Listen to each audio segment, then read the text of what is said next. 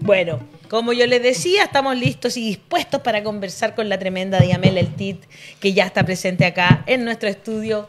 Bienvenida, Diamela. Muchas gracias por venir hoy día. Muchas gracias, querida Alejandra. Primero, felicitarlos por la persistencia en mantener este medio independiente, porque efectivamente es necesario para, aunque sea, digamos, de manera más precaria que los medios más instalados, permiten ampliar, digamos, la mirada sobre problemáticas que nos incumben y nos rodean. Así es, te agradecemos mucho esos comentarios, Diamela, de verdad. Y por un apoyo que viene también de tu parte desde hace mucho tiempo, porque has estado acá, escribes acá, eres columnista, has estado en nuestros programas muchas veces y en momentos muy importantes, como hoy, cuando estamos viendo que el mundo se estremece con imágenes que son imágenes que pertenecerían más bien al imaginario del horror, pero que estamos viendo ya casi con una normalización que pesa en el corazón, yo creo, de la humanidad completa. ¿Cómo has estado, cómo lo has visto tú, como una mujer que además tiene ascendencia palestina? Sí, mi abuelo paterno era palestino, migró de una ciudad que se llama Bet Yala, como muchos de los palestinos que viven en nuestro país.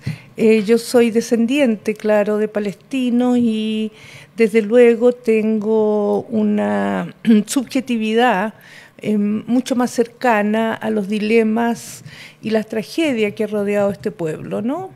Yo no lo conozco, no he ido allá, pero tengo, por supuesto, una conexión familiar por mi familia, claro, concreta, ¿no? Y su palestinidad en Chile, ¿no? Que no se ha perdido nunca. Eso es bien cierto, porque en general se mantiene esa palestinidad, como dices tú. ¿Y qué pasa cuando ves los medios de comunicación y las distintas formas en que enfrentan este conflicto de manera muy poco como igual, digamos? A pesar de que, por ejemplo, aquí Gustavo, que es el tío, ¿no es cierto?, de este niño que está de Ghassan Sender, extraviado, comillas, ¿no? Que es chileno y también es palestino y que está en estos momentos en la Franja de Gaza. Él dice que siente que Chile dentro de Sudamérica es una especie de oasis. Me llamó la atención eso. Es que están digamos, los descendientes de palestinos, la más numerosa colonia, claro, entendiendo, ¿no es cierto?, que no podemos hablar de una manera tan, digamos, uniforme, claro, porque hay palestinos descendientes, pero es la más grande que hay fuera del territorio, y por eso en Palestina siguen mucho el fútbol de palestino, son totalmente fanáticos allá de... Claro. Son muy fanáticos del club palestino en Chile, ¿no? Es súper loco. Sí, eso, claro. Sí, usan la camiseta y todo, ¿sí? Sí. Eso es por la conexión, digamos, migrante que hay entre Chile y Palestina. Efectivamente, hay mucha como pertenencia. Sí. Sí. ¿Y eso hace quizás que los medios tengan un poquito más de respeto, crees tú? No creo. ¿No? No, yo pienso que aquí lo que está en juego es el poder, ¿no? El poder mundial, no solamente los poderes locales, sino especialmente mundiales, y pienso que la conexión entre Israel y Estados Unidos es demasiado categórica y que eso marca, digamos, y por supuesto Inglaterra siempre va a tener una conexión con Estados Unidos porque finalmente Estados Unidos era su colonia, y tenemos entonces la Europa filiada al gran poder, y eso desde luego va a marcar toda la información, las ubicaciones, las decisiones, ¿no? Ya sabemos que Biden en Estados Unidos, pese a ser un un presidente demócrata Claro. está mandando más armas, que es una Increíble. cuestión más bien decorativa, Claro. porque por supuesto Israel tiene todas las armas del mundo, es una cuestión, digamos, un campo de fuerzas y tiene que ver con poderes, ¿no?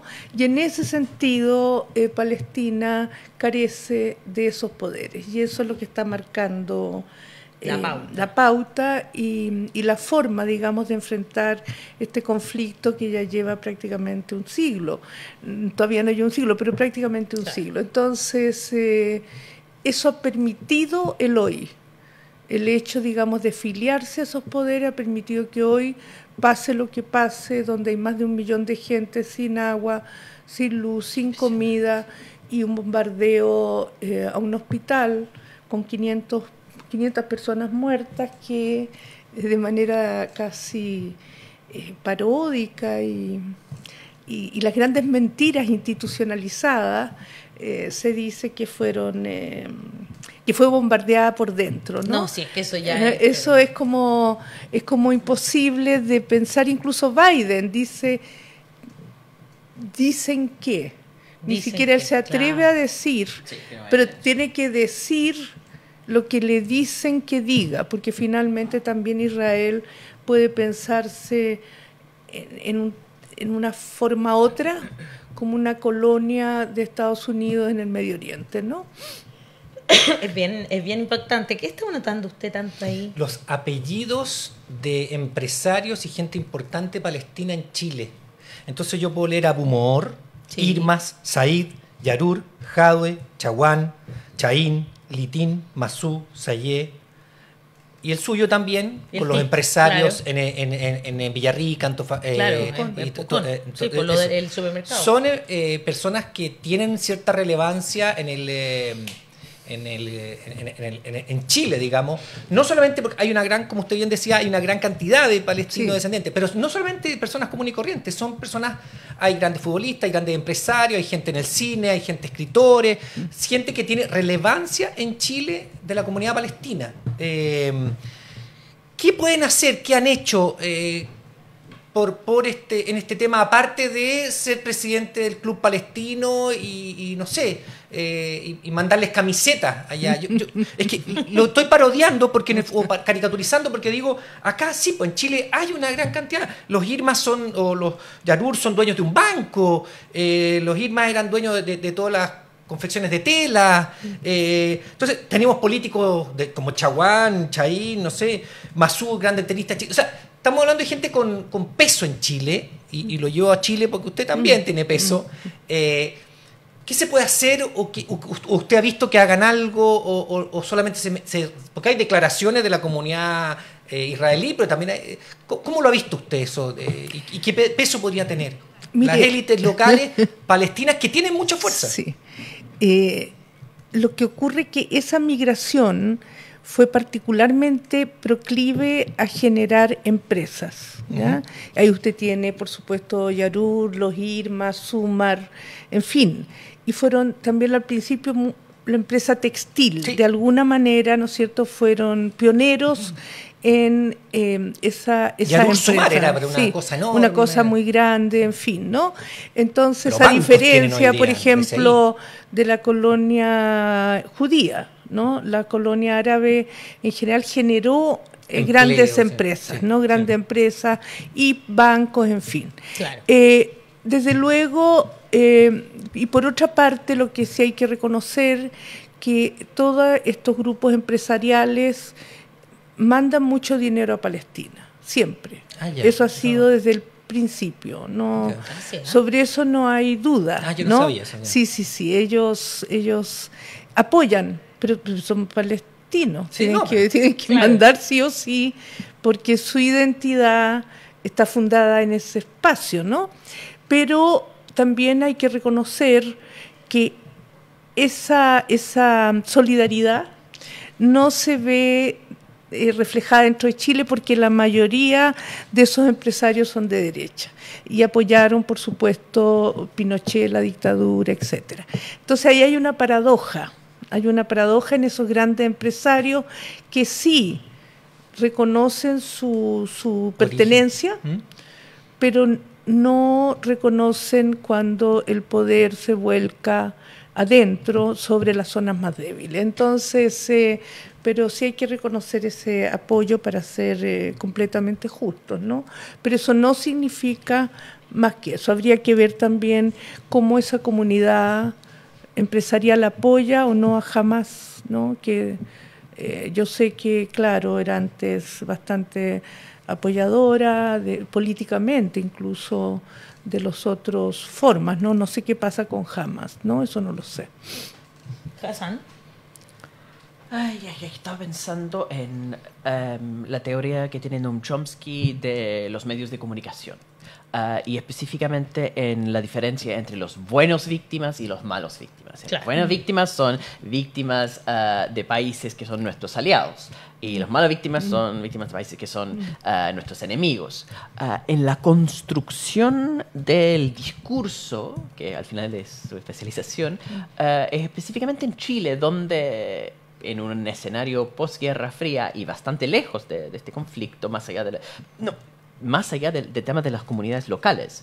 Los enemigos oficiales, ¿no? En la Guerra Fría es distinto. Los enemigos de Estados Unidos son los enemigos de Chile. Hoy en día no me queda claro tanto es precisamente este tema de cómo se construye el relato, porque es distinto, ¿no? Sí, es completamente distinto porque efectivamente, por una parte tenemos que pensar en sociedades muy neoliberalizadas, en los flujos de dinero entre países, el flujo de dinero entre petróleo y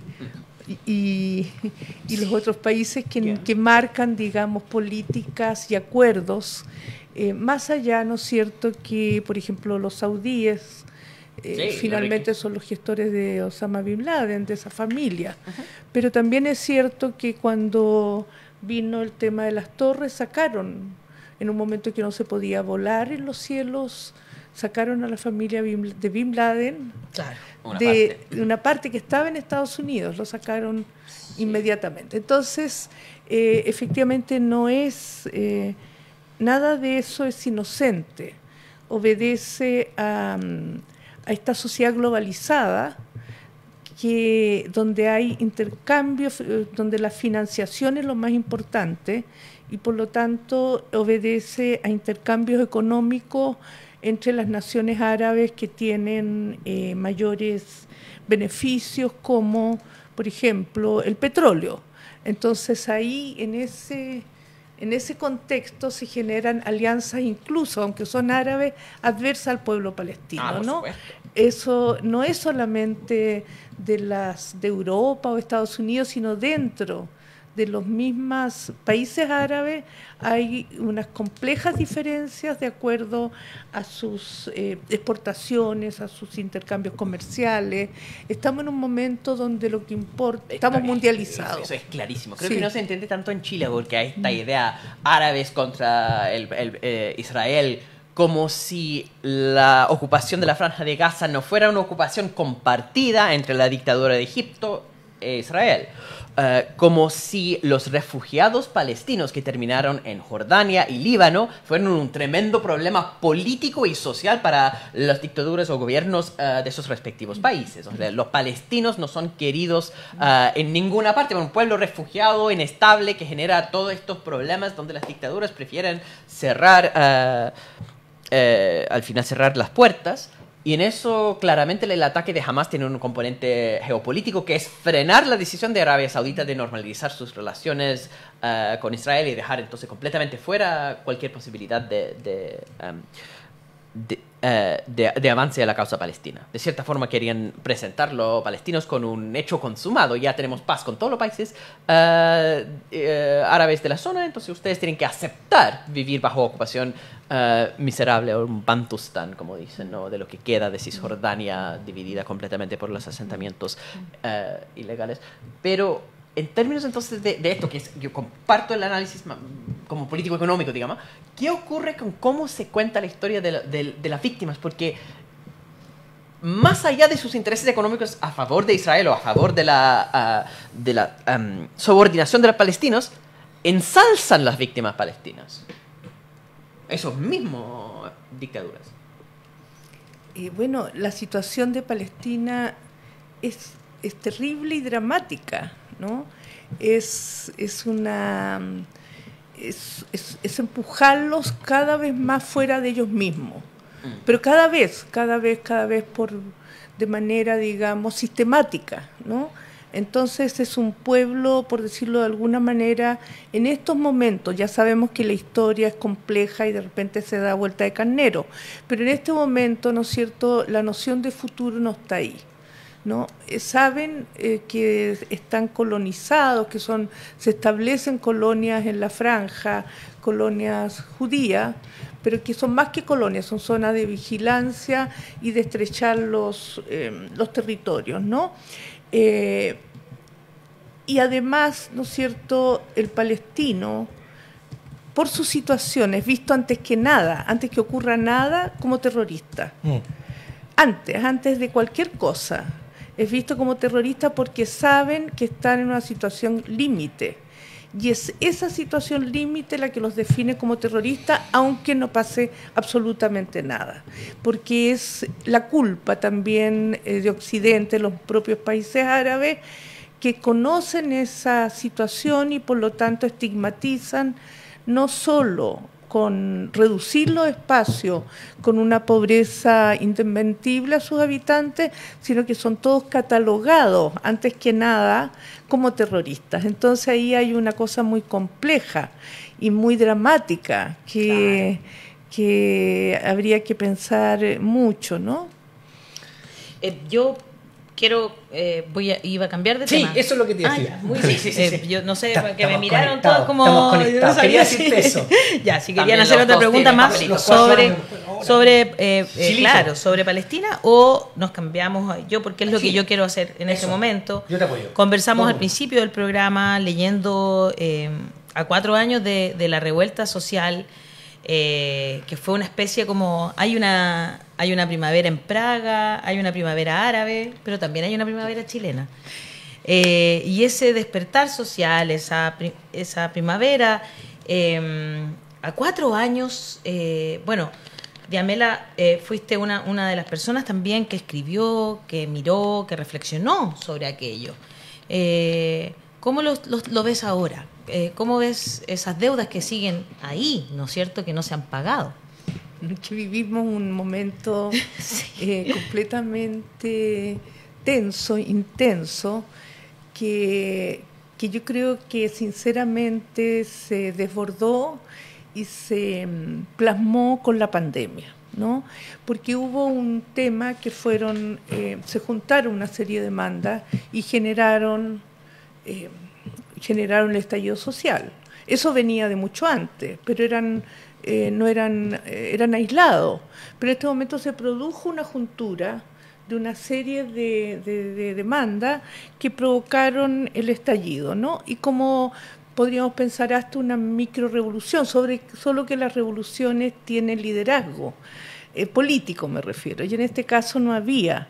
Pero lo más sorprendente es que se cuestionen los saqueos o formas delictuales, cuando en toda subversión social ocurre eso. No hay ninguna subversión social donde no ocurran esas formas también, porque comparecen al espacio público todos. ¿Qué tipo de forma? ¿Cómo lo describiría? Perdón. Que en cualquier desborde social comparecen las fuerzas organizadas que piden y demandan, y por otra parte también comparece gente que hace saqueo. Eso es parte, no hay ninguna rebelión, ninguna, que no ocurra todo eso junto, ¿no? Por supuesto. Claro, Sí. entonces, Claro, por supuesto. pero el punto de esto es que con la pandemia, o sea, porque esto fue una cuestión colectiva, más allá que hubiese una serie de demandas, pero había un colectivo funcionando, ¿no? Un colectivo que no tenía dirección, y no tenía dirección por la ruptura entre política y ciudadanía. Si no, habría habido dirección. No hubo, porque hubo una ruptura radical entre política y ciudadanía, que efectivamente los partidos dejaron de lado, se elitizaron y dejaron de lado el mundo popular, ¿no? Entonces la pandemia rompió con el confinamiento la cuestión social común, ¿no? Porque volvió a lo individualismo. Sálvate tú y tu familia, junto con el discurso médico. Era necesario, evidentemente el discurso médico era necesario. Y era necesario encerrarse también. Pero claro. era un discurso, digamos, es muy autoritario. Muy autoritario el discurso médico, porque en la mano de él, o en sus ojos, o en su estetoscopio, está la vida o la muerte, ¿no? Ya. Entonces se juntó el discurso médico autoritario, el confinamiento, la vuelta a la TV, que fue muy claro que vio la revuelta como pura delincuencia, ¿no? En una sociedad donde objeto y sujeto valen lo mismo, y una sociedad hiper neoliberalizada, donde objeto y sujeto valen lo mismo, y ahí se generó el pánico, ¿no es cierto? La revuelta se proyectó como saqueo a cualquiera, a todos, ¿no? Entonces, y afectó, por supuesto, la Constitución, la convención que estaba operando para una nueva Constitución. Se juntó, fue un paquete. Claro, no podemos como todo estaba junto. Despegar esto. Claro, porque tampoco podemos decir que el estallido fue por una nueva Constitución. Ese podría haber sido una de las demandas, fue por salud, fue por educación, etcétera, etcétera, ¿no? Pero hubo ese pacto de una nueva Constitución, pero en este contexto, en un contexto muy complejo para pensar, donde se volvió al individualismo, ¿no? Partió como colectivo y terminó en una cuestión individual. Y ahí hubo la penetración del miedo a la muerte. Bueno, claro que la gente, yo por lo menos pensé que no iba a salir viva del COVID. Y seguramente mucha gente pensó eso. Entonces, ya ese miedo se sumaron otros miedos, ¿no? Empezaron a sumar, ya el miedo estaba instalado y por lo tanto se amplió el miedo al delito, al miedo a lo indígena, el miedo a la canción nacional. O sea, empezaron una serie de miedos que estallaron. Y hoy día estamos viviendo el resultado y los resultados de esos miedos, ¿no? En una de sus analíticas posibles, porque hay muchas. Qué importante como lo planteas, y está este cambio o intento de cambio de discurso, ¿no? Que están haciendo, que tú dices, claro, la televisión, por un lado, que penetra muy fuerte y que habla de esto como delincuencia y delincuencia y delincuencia, pero también hay un sector político que está preocupado de que eso sea así. Fue ayer, ¿no? Fue ayer, se hizo al final esta reunión en el Congreso de la Cámara de Diputadas y Diputados. ¿Qué pasó ahí? Para hablar, para hacer exigir la condena por parte del gobierno al estallido delictual. Y decía así, con comillas lo estoy diciendo. ¿Qué pasó ahí? Más que no sé si pasó algo, la verdad. Más que un Qué cambio bueno que pasó de largo, discurso, parece, ¿no? Que más que un cambio de discurso es la masificación de un discurso que siempre estaba ahí. Claro, y no siempre claro, no simplemente siempre estaba ahí el 18 de octubre. Estaba siempre ahí desde todas las revueltas del mundo mundial y todas las revueltas específicamente en Chile. La violencia. Es como un cántico absurdo. Vivimos en el país con más miedo a la violencia. Es una en el impactante. contexto de un golpe de Estado, de fuerzas militares que imponen un dictador, que después el Frente Patriótico trata de hacer un tiranicidio, llegan a decir, tienen que condenar la violencia de la oposición. Eso es la oposición de la dictadura. Yo estaba leyendo eso ayer y encontré fascinante que literalmente el mismo discurso absolutamente ridículo de la UDI lo ocuparon los defensores de la dictadura.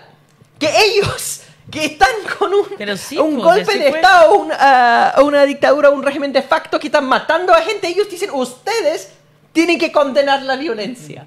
Y por eso dicen que son los salvadores de Chile. Por eso ellos se sienten los salvadores de Chile, que nos salvaron de la violencia, que la izquierda iba en algún momento a hacer un autogolpe Salvador Allende, básicamente, ¿no?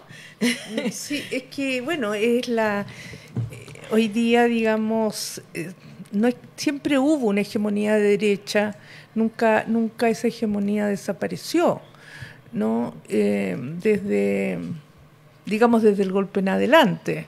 hacia una hegemonía derecha que se alió de manera muy intensa con la dictadura, de ahí, ¿no es cierto?, pactan, digamos, la riqueza, el capital. Claro. Yo quiero recordar, ya lo he dicho más de alguna vez, que nosotros tenemos un nombre para la Casa de Gobierno como muy elocuente, ¿no? Porque se llama La Moneda. Nuestra Casa de Gobierno se llama La Moneda. Qué loco eso. Entonces, tenemos que... Bueno, eso fue así porque ahí antes se imprimía la moneda y después se trasladó, digamos, los gobiernos estatales ahí.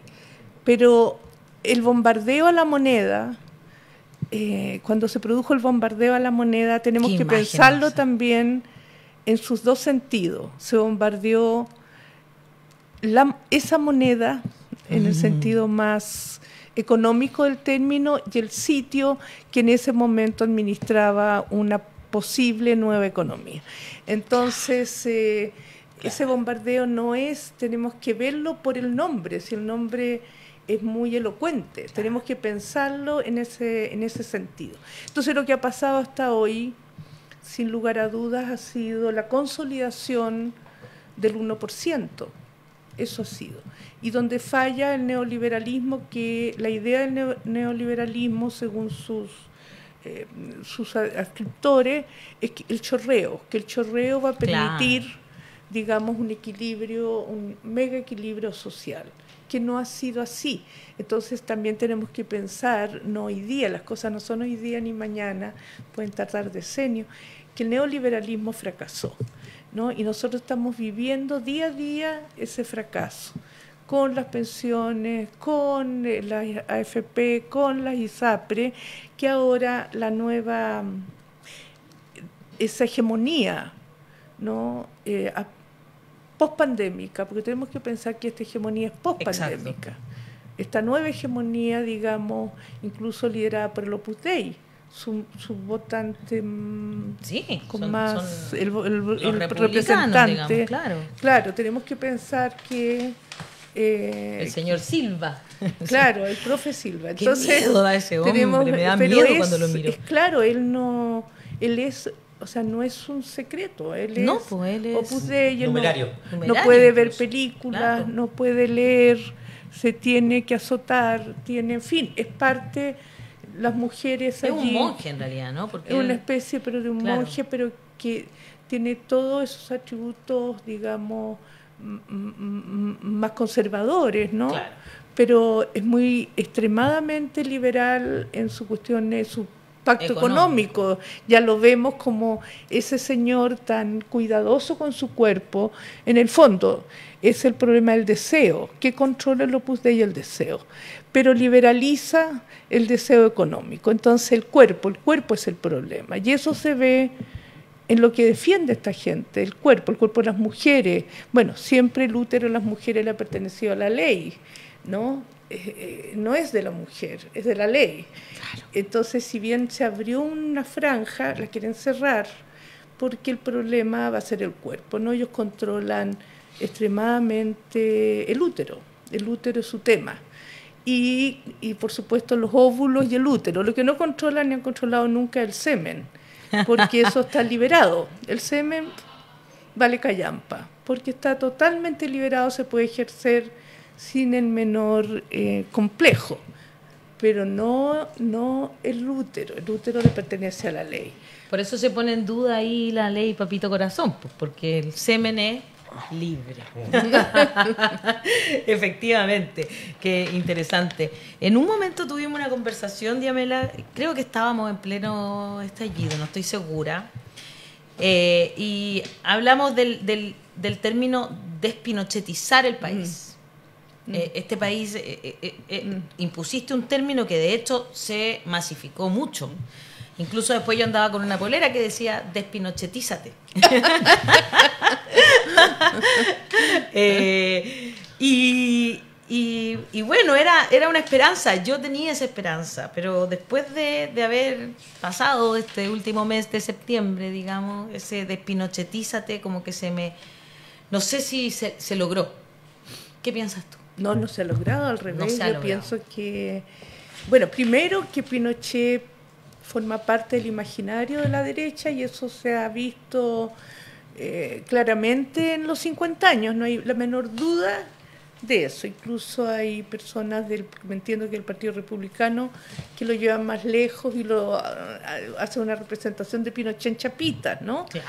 No, eso está ahí muy a la vista.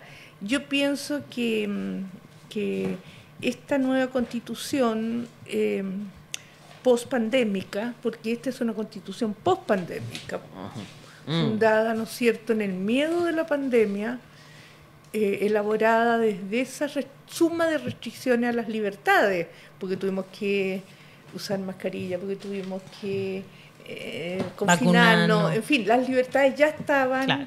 restringidas con la pandemia. Entonces ellos están apostando a las libertades en una cierta constitución Pinochet 2.0, ¿no? Donde aquellas zonas que pudieran estar en riesgo, como la AFP, pretenden constitucionalizarlas, que se crearon durante Pinochet, ahora frente al temor que haya sido un mal hábito, esa creación, la quiere constitucionalizar, que es generado por Pinochet, o la ISAPRE. Si el fondo es la riqueza, incluso la cuestión de pagar contribuciones a quien beneficia, ya sabemos, a las grandes mansiones, porque las personas de un cierto nivel habitacional están exentas de impuestos. Hasta un 27 más o menos por ciento de las viviendas pagan contribución, el resto no. Sí, y eso no es lo que pagan, queremos. y es justo, porque son menos de 140 metros creo que dice la Sí, ley. y- Son las, bueno. sí, y menos fuerte. Una Claro. pregunta que a ver, para ver si vale la pena lo que estamos haciendo. ¿Qué? ¿Ya? Porque en el fondo es, bueno, ¿y ahora? Sí, porque en un principio en este programa yo dije hoy día que creía que las demandas en general, lo positivo de todo esto es que estaban sobre la mesa. El respeto al mundo LGTB, el mundo, no sé, a la paridad, el mundo de los pueblos originarios, están sobre la mesa. El problema de la salud está sobre la mesa. Ya no están, como usted bien dijo en un principio, no, ahora están sobre la mesa, están. Se puede perder en ese proyecto político, digamos, de la Constitución, pero están. Ya no es posible no verlos, están. Y tendrán que discutirlos en el Congreso y podremos ganar o perder, pero, o ahora o más adelante. ¿Qué ve usted para el futuro? O sea, estas demandas en general quedaron, están esperando su momento, porque usted dijo, sí, todo esto se bajó con la pandemia y es muy doloroso que este chino que allá en el área agarrar la patá, el que se comió un, no sé, La sopa de murciélago. un sopa de murciélago, pero bueno, y esto se perdió, sigue, esperamos 50 años, ¿cuál es su visión?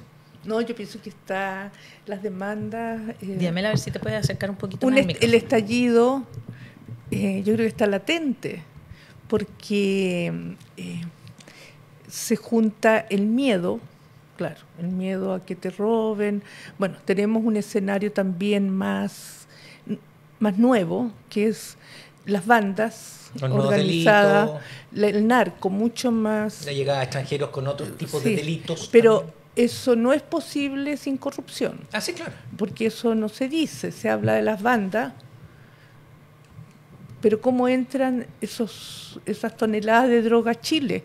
Para que entren tiene que haber un acuerdo bastante de autoridades, ya sea de aduana, ya sea Hay un etcétera. problema por aduanas que dicen que no pueden controlarlo todo, que No pueden controlar esas drogas, claro. No, Lo porque demás lo pueden controlar. Se pero- decreta que entran ladrillos y trae droga y no pueden verificar todos los containers. Acuérdate que había una hija de Mate, ¿qué era? De Mate era, ¿no? A ella la pillaron, La a ella que- la pillaron. a ella la pillaron 2 veces. O sea, no, imagínate cuántas habrán entrado si la pillaron 2 veces. Pero el narco trae corrupción. Sí. No hay Absolutamente. narco sin corrupción. Exacto. Y la corrupción son a las autoridades, ya sea de la Fuerza Armada o estatales, ¿no es cierto?, gobernadores, etcétera. Eso ha pasado, eso está reconocido, ¿no? Y nosotros estamos empezando ese proceso de manera muy clara. No me acuerdo si fue en Filadelfia, se desarmó, se verificó el envío más alto de drogas que se han hecho en estos años, eran, no me acuerdo si 10 toneladas de coca. ¿no? Eso lo abrieron en Filadelfia. ¿De dónde había salido? De Chile. Wow. Para que eso pase, lo que tenemos que pensar también, que hay un narco bastante más organizado y muy imbuido de cuestiones virtuales, un narco preparado tecnológicamente, pero no basta, tiene que tener conexiones para que eso pueda suceder. Entonces, no es solo el narco, sino la posibilidad de corrupción, que eso genera, digamos, baches en la democracia, ¿no? Como ha generado Colombia, en fin, Colombia tal vez en un momento fue lo más grave. Eso por una parte, eso es nuevo y efectivamente es muy complejo. Sí. Y también vemos cómo los niños entran en el área delictual, ¿no? Los niños de pronto hacen portonazo, pero lo que ellos quieren no es vender el auto, no es desarmarlo, sino quieren que le pongan un like en las redes, ¿no? Porque se filman y lo que buscan es que le pongan un like en las redes. Ya no hay un interés económico, sino un interés, digamos, simbólico, ¿no? Entonces por otro lado tenemos la música urbana que crece. Es una música que está y fue muy desplegada, Puerto Rico, México, ¿qué es lo que plantea? Plantea el machismo, ahí están las perras como sujeto, la droga y la delincuencia. ¿Los narcocorridos? Sí, pero ahora estamos eso fue en México, pero ahora estamos en un momento más adelante. Si tú ves Marcianeque, él propone, digamos, el Tutsi, en fin, otro, no sé si Pablo Chili también estuvo comprometido en un robo de auto, porque eso les da estatus, no es que necesiten un auto, sino estatus. Está bien, hay que tratar de entender eso, entrar en eso y entenderlo, ¿no? Porque todos estos chicos son de poblaciones, y su discurso sale de ahí. Entonces, una población es completamente abandonada, se mataron entre ellos un chico de 13 años hace poco tiempo. Entonces tenemos que ver qué pasa ahí, porque eso es muy complejo, porque esos niños, tal como los sicarios en Colombia van a la muerte, ¿no? Entonces tenemos que pensar quién se preocupa de ese es el punto. ¿Qué está mirando la política chilena? ¿De qué hablan? No es solamente, ¿no es cierto?, buscar mejorar identidades, que por supuesto tienen que serlo, sino entrar en estos territorios menos visitados para buscar, digamos, que esos jovencitos no vayan en una carrera delictual que finalmente, pues ya sabemos que la cárcel es un gran pedagógico, ¿no? Eso ha sido siempre. Entonces, el punto es, ¿qué hacemos con estos jóvenes que están cercados, totalmente cercados en las poblaciones, pero totalmente cercados? Por otra parte, no quieren darle beneficio a gente que... los beneficios por octubre a los que han estado presos. Sí. Pero medio mundo ha estado preso. Medio mundo de los sectores populares ha estado preso. Nosotros tenemos, después de Estados Unidos, tenemos la cantidad de presos más alta.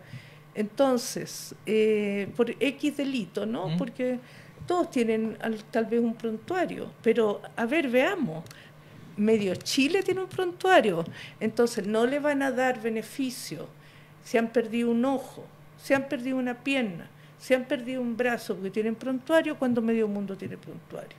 Entonces, yo sé que la delincuencia es feroz, es destructiva, pero tenemos que nivelar la cancha. O sea, en la desigualdad, estos chicos les conviene mucho más vender droga que hacer estos trabajos, como dice Nancy Fraser, el Mac empleo, ¿no?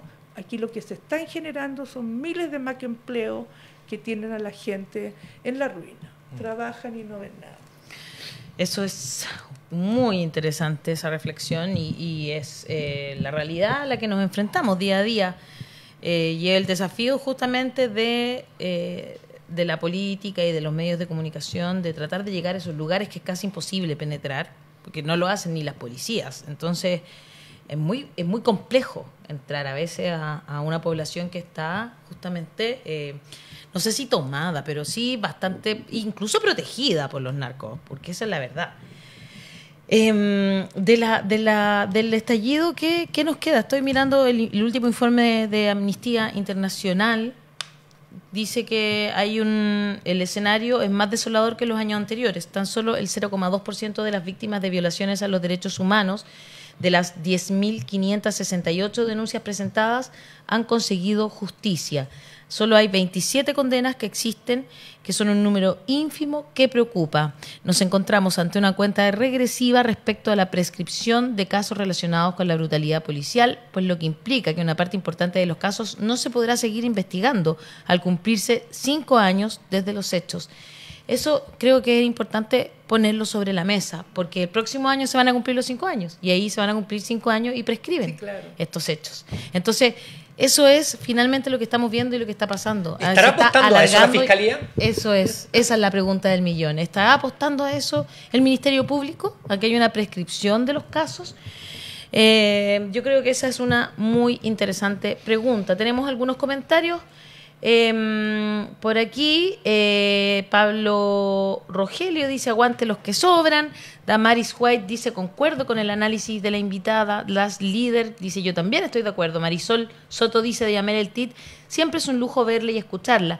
Infinitas gracias por tenerla en nuestro matinal ya varias veces con distintos temas. Carlos Mondaca dice gracias Yamela por tu palabra y por compartirla. Larisa Contreras, que es escritora también, dice excelente invitada en este momento histórico y en este día de conmemoración.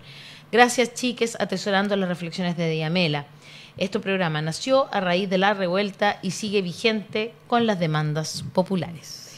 Sí, yo lo que sé que que esta impresión sobre las poblaciones periféricas, los jóvenes y la delincuencia son problemáticas, ¿no? Porque efectivamente tenemos delincuencia, claro, no de la dimensión que los medios claro, dicen, porque efectivamente están todo el día mostrando eso, claro. Se ha reducido una forma de delincuencia y ha aumentado otra, que es la criminalidad de las bandas, seguramente por territorios, ¿no? Por claro, cuestión de territorio. Pero no podemos abandonar a esos chicos, niños de 13, 14, 15 años, porque eso va a multiplicar el desastre social. No puede ser que no pueda entrar la policía. Si no entra la policía es porque hay un abandono primero, porque efectivamente hay zonas tan abandonadas que da realmente vergüenza, y entonces nos preguntamos por qué tenemos delincuencia. Bueno, tenemos delincuencia porque la gente ni tiene trabajo, si tiene trabajo son desastrosos, y los jóvenes están totalmente sobrepasados por el neoliberalismo. Es decir, el neoliberalismo promueve a través del mercado marcas, cosas que son muy valiosas y que valen mucho, segmenta, por supuesto, quién compra y quién no compra. Pero, sin embargo, el deseo no se puede segmentar. Entonces, ¿por qué estos jóvenes no pueden desear aquello que el mercado ofrece, ¿no?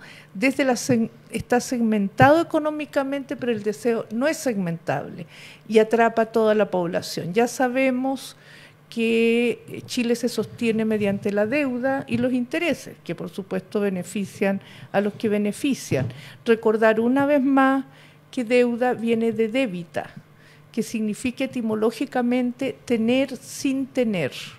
Entonces el cuerpo, ¿qué pones tú? Ahí el cuerpo para sostener lo que no tienes, que es una forma, un esclavismo a la deuda, ¿no? Que es muy, muy impactante también. Uy, no sabía de dónde venía la palabra débitas. Qué interesante. Sí, tener sin tener. Tener sin tener. Sí. Wow, increíble. Todo está ahí en lo profundo. Tere Donov Dice, saludos a todos. Stingo está en su mejor momento, muy claro y directo. Hassan, una clase magistral a diario. La Ale, la pasión misma, honesta. Herrera, un gran periodista, certero, y todo el equipo.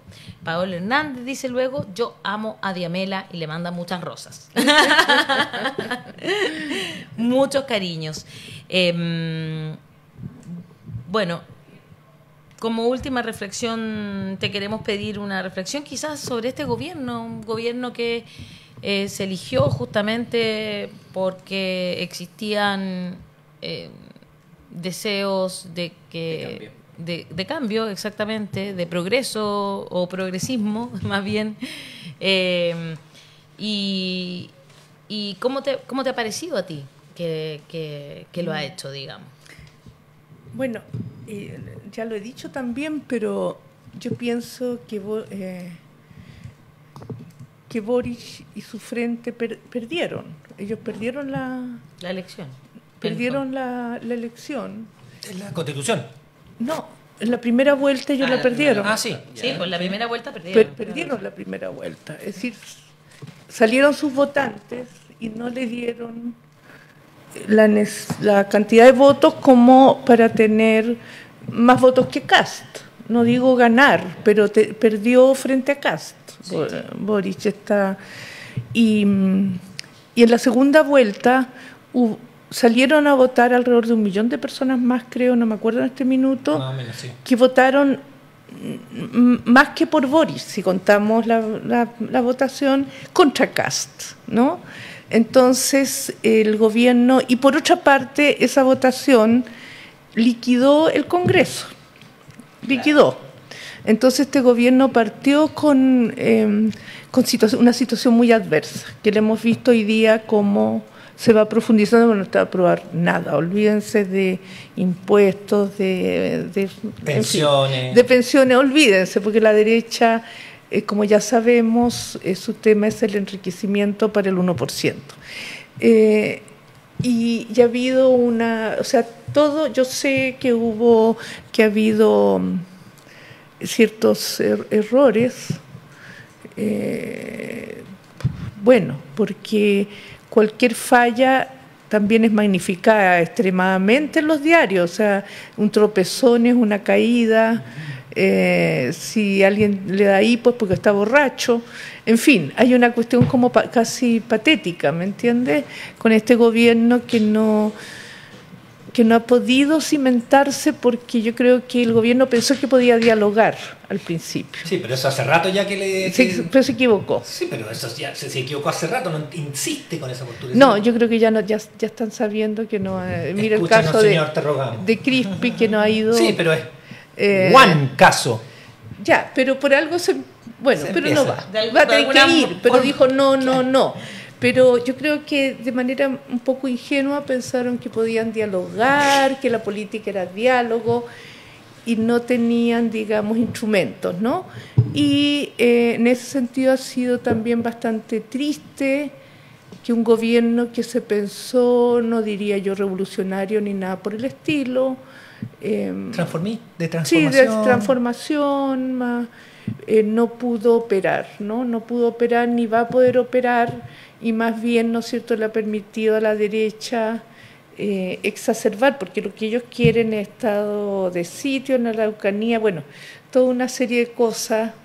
Ese miedo, ¿no?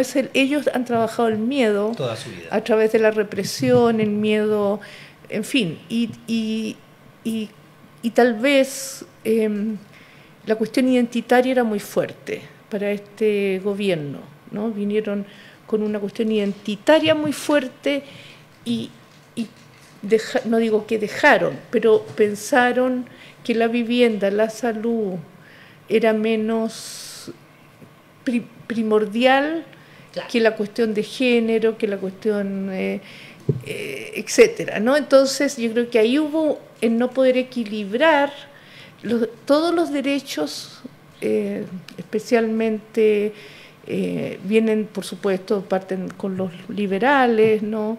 Los derechos de las mujeres, son los liberales los que abren eso, no es el mundo socialista, el mundo liberal, y y no tenemos que pensar hasta qué punto no se promueve un feminismo burgués sin conocer la realidad social más amplia, ¿no? Y que hay un mundo identitario burgués.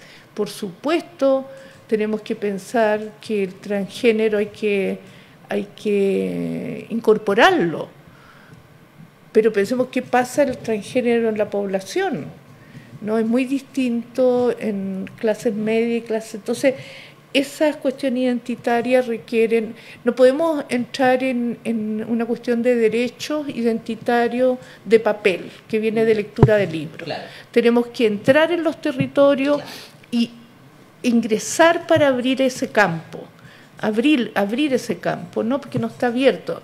Y entonces yo creo que eso fue un poco precipitado, pensar solo en identidad y dejar de lado las grandes luchas sociales, porque efectivamente ha aprendido este gobierno frente a cuando se produce un drama social, los incendios.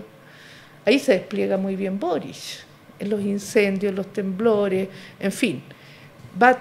Efectivamente, hay que ver que el chico trans necesita colegio, necesita salud, necesita psicólogo, pero para eso tiene que definirse esta identidad en los mundos populares que los tienen, pero no es identidades de lectura de libros, primordialmente estadounidenses o europeos, que ellos tienen otra realidad, otro territorio, otra geografía. Absolutamente, muy, pero muy buena conversación y reflexión para un día tan importante como este con Diamela El Tit. Muchas gracias. No, gracias a usted y qué bueno verlo, y tienen que seguir y aguantar, porque verdaderamente ya sabemos que hay una posición de desprestigio. Cuando surge algo hay que desprestigiarlo hoy, pero lo que sí quiero decir que el estallido está latente, no se ha solucionado nada. Exacto. Y por aquí lo compartimos, así que vamos a seguir en la lucha justamente. Muchas gracias por venir. Gracias a ustedes. Que estén y por muy la bien. reflexión. Y por la reflexión, exactamente. Sí. En días que además han sido difíciles, complejos para seguir adelante. A veces muy a lo Mafalda, que el otro día leí que además Kino decía que no era Mafalda la que decía esa frase de paren el mundo que me quiero bajar. Que había sido como después, sí, que se la habían atribuido a Mafalda. Pero bueno, hay días que dan ganas de decir eso, ¿no? Pero yo no pierdo la esperanza, fíjate. Yo eso de la estrella de la esperanza lo sigo sintiendo, porque en el fondo creo que se puede cambiar el mundo. Incomodar el poder creo que es la mejor forma de hacerlo. Y desde acá estamos en eso. Lo sé. Y nosotros valoramos mucho la independencia que tenemos como medio, que es gracias a ustedes finalmente, que son los que mantienen que este medio pueda seguir adelante, haciéndote parte de la resistencia en la voz de los que sobran.cl. Justamente nos ayudas a seguir, porque nos tomamos muy en serio todo eso que es justamente ser parte de esa resistencia, que no existiría si no fuera gracias a su aporte. Nos vamos nosotros hoy día. Póngale like, comparta, guarde, comente, porque todas esas cosas nos ayudan también a seguir adelante. Y a las 11 de la noche, a través de la radio de la Universidad de Chile, la 102.5 FM, las radios. ¿Qué piensan? Muy bien. Con eso nos vamos, y con la tremenda Diamela El Tit, que es parte de esas radios que piensan también. Así que estén muy bien. Hasta mañana. Chao. Creemos en la democracia y en los derechos humanos.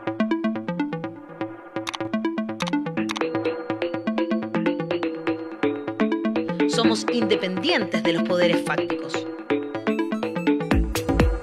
Llevamos más de 3 años generando contenido y periodismo interpretativo. Queremos una sociedad más justa.